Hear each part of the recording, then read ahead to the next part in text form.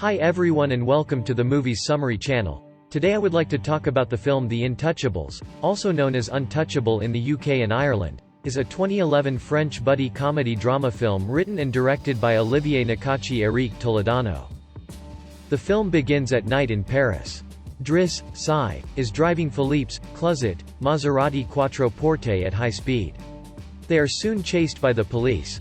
When they are caught, Driss, unfazed, doubles his bet with Philippe, convinced they can get an escort.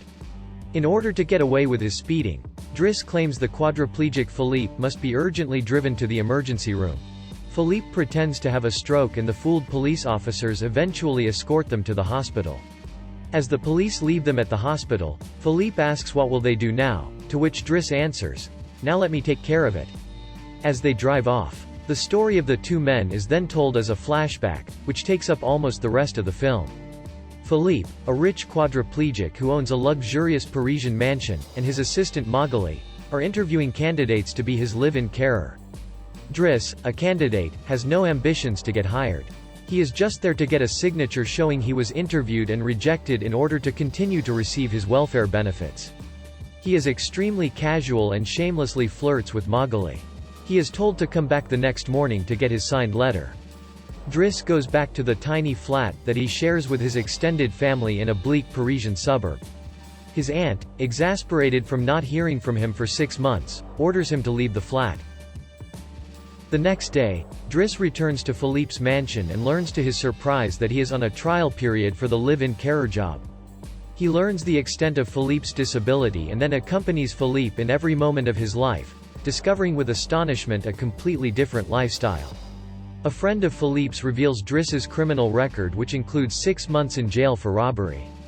Philippe states he does not care about Driss's past because he is the only one that does not treat him with pity or compassion, but as an equal. He says he will not fire him as long as he does his current job properly. Over time, Driss and Philippe become closer.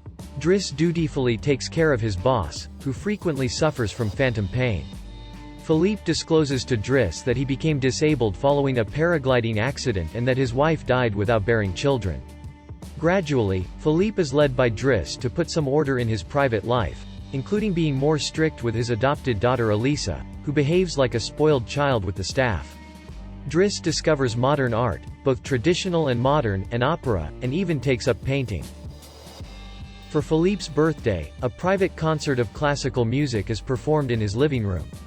At first very reluctant, Driss is led by Philippe to listen more carefully to the music and opens up to Philippe's music. Driss then plays the music he likes to Philippe, Boogie Wonderland, by Earth, Wind Fire, which opens up everybody in the room to dance. Driss discovers that Philippe has a purely epistolary relationship with a woman called Eleanor, who lives in Dunkirk. Driss encourages him to meet her, but Philippe fears her reaction when she discovers his disability. Driss eventually convinces Philippe to talk to Eleanor on the phone. Philippe agrees with Driss to send a photo of him in a wheelchair to her, but he hesitates and asks his aide, Yvonne, to send a picture of him as he was before his accident.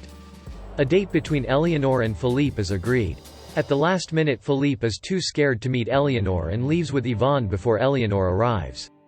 Philippe then calls Driss and invites him to travel with him in his private jet for a paragliding weekend. Philippe gives Driss an envelope containing €11,000, the amount he was able to get for Driss's painting, which he sold to one of his friends by saying it was from an up-and-coming artist. Adama, Driss's younger cousin, who is in trouble with a gang, takes refuge in Philippe's mansion. Driss opens up to Philippe about his family and his past as an orphan in Senegal, who was adopted by his then childless aunt and uncle and brought back to France. His adoptive parents later began having children of their own. His uncle died and his aunt bore still more children. Philippe recognizes Driss's need to support his family and releases him from his job, suggesting he may not want to push a wheelchair all his life. Driss returns to his suburbs, joining his friends, and manages to help his younger cousin. Due to his new professional experience, he lands a job in a transport company. In the meantime, Philippe has hired carers to replace Driss, but he isn't happy with any of them. His morale is very low and he stops taking care of himself. Yvonne becomes worried and contacts Driss, who arrives and decides to drive Philippe in the Maserati, Which brings the story back to the first scene of the film, the police chase. After they have eluded the police, Driss takes Philippe straight to the seaside. Upon shaving and dressing elegantly, Philippe and Driss arrive at a Cabourg restaurant with a great ocean view. Driss suddenly leaves the table and says good luck to Philippe for his lunch date. Philippe does not understand, but a few seconds later, Eleanor arrives. Emotionally touched, Philippe looks through the window and sees Driss outside, smiling at him. The film ends with Driss bidding Philippe farewell and walking away. I hope you liked this video. Don't forget to subscribe so you don't miss the best videos on the platform.